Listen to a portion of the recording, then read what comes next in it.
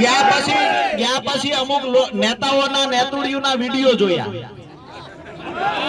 એમને એવું કીધું બહારથી આવેલા લોકો અહીંયા આવીને ગુમરાહ કરે છે।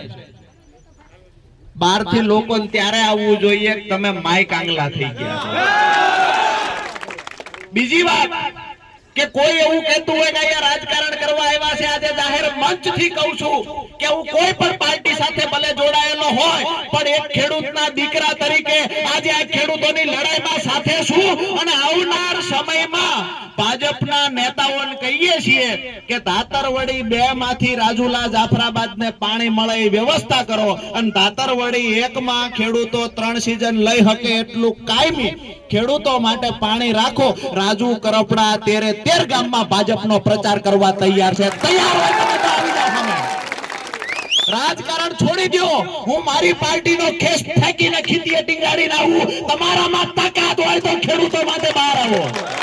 મિત્રો આવા જ વિડીયો અને શોર્ટ્સ જોવા માટે આજે જ અમારી ન્યૂઝ રૂમ યુટ્યુબ ચેનલને સબસ્ક્રાઇબ કરો।